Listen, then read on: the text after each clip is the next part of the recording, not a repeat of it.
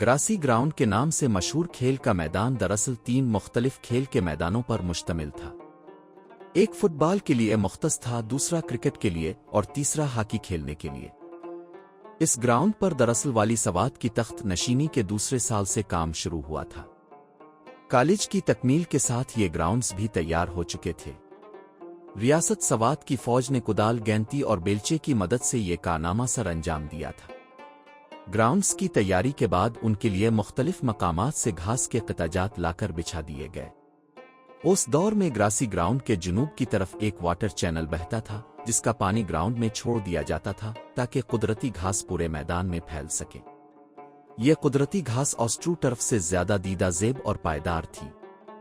पहले 12 दिसंबर और बाद में 5 जून को यहाँ फौजी परेड होती थी, जिसमें स्कूल के बच्चे भी शामिल होते थे। वाली सवात पैविलियन के एक चबूतरे पर खड़े खड़े परेड की सलामी लेते थे। सवात में फुटबॉल और हॉकी के फरोग में ग्रासी ग्राउंड का जबरदस्त किरदार रहा। सबसे दिलचस्प इवेंट अल पाकिस्तान औरंगजेब फुटबॉल टूर्नामेंट हुआ करता था, जिसमें कराची, क्वेटा, पेशावर वगैरह के अलावा सीदू शरीफ और मिंगोरा की प्राइवेट टीमें भी हिस्सा लेती थीं। एक साल मुंबई, इंडिया से भी एक टीम आई थी। आम दिनों में मिंगोरा और सीदू शरीफ की टीमों में मुकाबले होते तो दोनों तरफ के लोग बड़ी तादाद में मुकाबला देखने आते और अपनी अपनी टीम की हौसला अफजाई करते।